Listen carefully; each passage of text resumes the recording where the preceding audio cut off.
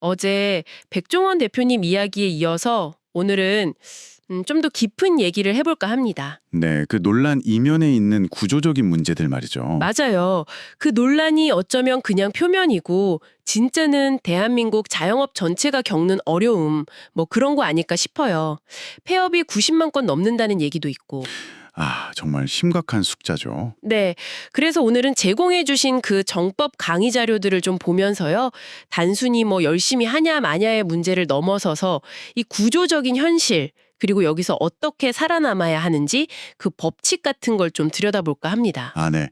그 자료들 보시면 아마 흥미로운 지점을 발견하셨을 텐데 현재 경제가 어려운 근본 원인을요. 단순 경기 침체 이게 아니라 이념의 부재에서 찾고 있다는 점이에요. 이념의 부재요?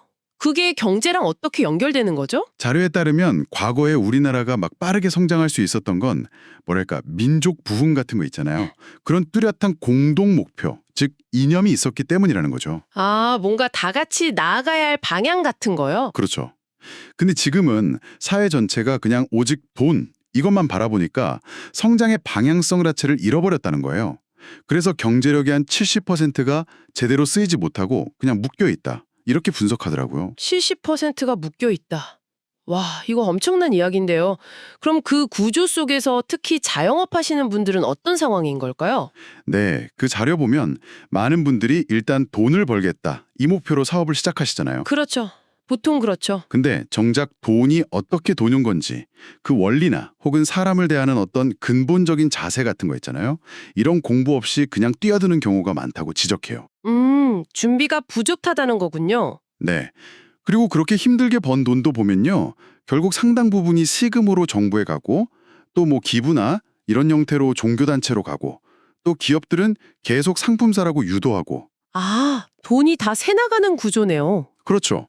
정작 자기 손에는 한 10%, 그 정도밖에 안 남는 구조라고 설명해요. 이상적으로는 자영업자가 번 돈의 한 40% 정도는 직접 운용하고 정부랑 뭐 종교나 기업 같은 다른 영역이 각각 30% 정도씩 가져가는 게 맞다고 보고요. 10%랑 40%는 정말 차이가 크네요. 그럼 이런 현실에서 이 정법 자료들이 제시하는 해법은 뭔가요? 좀 독특한 것 같던데요. 영업이라는 말의 의미부터 다시 봐야 한다면서요. 아, 네, 맞습니다. 여기서 영업을 그냥 물건 파는 행위 이걸로 보는 게 아니고요. 글자 그대로 업, 내가 가진 어떤 업을 풀어가는 행위로 해석을 해요. 업을 풀어간다? 좀 더 설명해 주시겠어요? 그러니까 내 가게에 오는 손님 있잖아요. 그 손님이 단순 고객이 아니라 나와 어떤 식으로든 인연이 있는 사람이라는 거예요. 인연요? 네. 그래서 그들의 불편함을 덜어주거나 필요한 걸 채워주는 식으로 도움을 주면서 나의 업, 그러니까 내가 풀어야 할 숙제나 관계 같은 걸 해결해 나가는 과정이라는 거죠. 이 업의 크기나 종류에 따라서 각자에게 맞는 규모의 영업을 하게 된다. 뭐 이렇게 설명해요.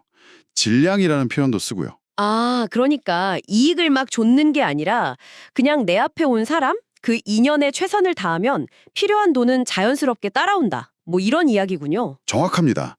자료에서도 사람을 존중하면 사람이 따르고 돈을 존중하면 돈이 따른다. 이 원리를 엄청 강조해요. 이게 어떻게 보면 장사의 기본인데 참 놓치기 쉬운 부분 같아요. 맞아요. 과거 장사치들은 좀 낮은 대우 받으면서도 돈 벌려고 자기를 낮췄다면 요즘 일부 영업하는 분들은 오히려 손님 위에 서려고 한다. 이렇게 좀 꼬집기도 하더라고요. 아, 손님은 왕이다 이게 아니라 내가 왕이다 이런 건가요? 뭐 그런 식으로요. 서로 존중이 없으면 관계는 결국 깨지거나 아니면 누군가는 되게 비굴하게 유지될 수밖에 없다는 거죠. 이게 비단 장사뿐 아니라 부부관계나 다른 모든 인간관계에도 똑같이 적용된다고 보고요. 듣고 보니 그러네요. 젊은 세대한테 하는 조언도 좀 인상 깊었어요. 당장 돈 버는 데만 너무 매달리지 말라고. 네. 그보다는 사회에 나와서 다양한 사람들 만나고 관찰하면서 자신의 공부를 하는 게 먼저라고 하죠. 경험을 통해서 사람 배우고 세상 배우는 거. 그 자체가 중요하다는 거예요.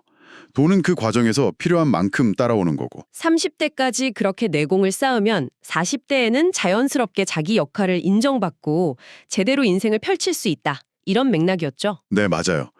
그리고 이 모든 것의 바탕에 깔린 가장 중요한 태도가 있는데요. 바로 불평, 불만, 그리고 남 탓, 헐뜯기, 이걸 멈추라는 거예요. 아주 강력하게 얘기해요. 불평, 불만을 멈춰라. 네. 이런 부정적인 에너지가 결국 자기 자신을 묶어버리고 더 나은 삶으로 못 가게 막는다는 경고죠. 대신에 어떤 관계든 서로 존중하는 마음을 가지면 얽혔던 문제들이 자연스럽게 풀리기 시작한다. 이렇게 강조합니다. 오늘 쭉 들어보니까요. 이 정법의 관점은 자영업의 성공이나 실패를 단순히 경영 능력이나 시장 상황 탓으로만 보지 않는다는 점이 굉장히 새롭게 다가옵니다. 그렇죠.